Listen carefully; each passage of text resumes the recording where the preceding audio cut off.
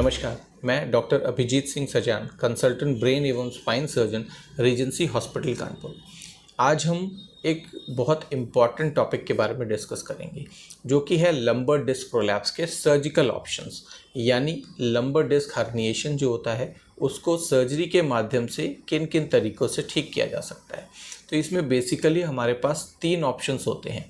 पहला ऑप्शन होता है नर्व रूट ब्लॉक्स, या फिर फेसिटल ब्लॉक्स, या फिर फोरामिनल ब्लॉक्स। तो इसमें हम लोग वो एक इंजेक्शन के माध्यम से जो नर्व जो इरिटेट हो रही है या जिस नर्व में दबाव हो रहा है उस नर्व को ब्लॉक करके उस पेन को ठीक करते हैं। इस ब्लॉक का साइड इफ़ेक्ट ये होता है कि इसको कई बार बार देना पड़ सकता है, यानी कुछ समय के बाद दर्द फिर से होता है और उसको मरीज़ को दोबारा इंजेक्शन की ज़रूरत पड़ सकती है।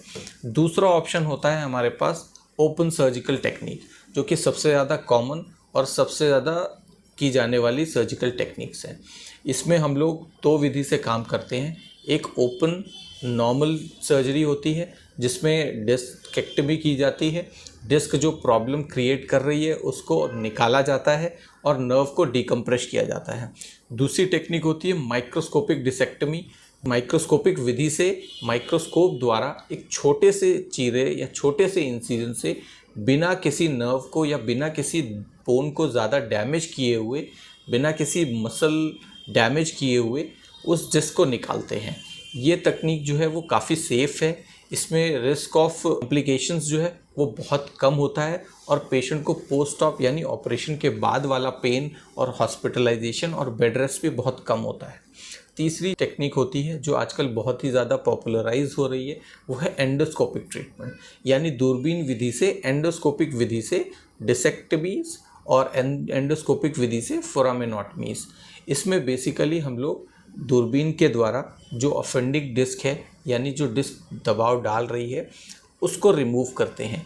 इसमें पेशेंट को हम लोगों को सबसे ज़्यादा बेनिफिट ये होता है कि ये जो सर्जरी है इसमें पेशेंट को हम लोग अवेक रखते हैं, यानी बेहोशी देने की ज़रूरत नहीं पड़ती है।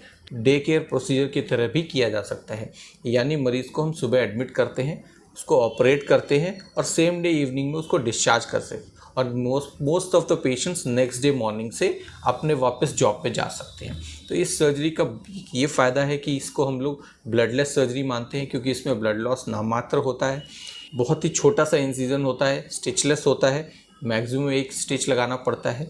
दूसरी चीज़ है पेशेंट को एनेस्थीसिया की ज़रूरत नहीं पड़ती है, तो पेशेंट के बहुत सारे कॉम्प्लिकेशंस जो हैं वो बच जाते हैं। एंडोस्कोपिक सर्जरीज़ के कुछ लिमिटेशंस भी हैं। हर तरह की डिस्क में या मल्टीपल लेवल डिस्क में इनको हम लोग नहीं कर पाते हैं। तो ये आजकल एक नई टेक्निक है जो कि बहुत ज़्यादा पॉपुलराइज हो रही है। तो ये basically 3 modalities of surgical intervention हैं जो आज की डेट में हमारे पास डिस्क प्रोलैप्स को ट्रीट करने के लिए अवेलेबल है। Thank you.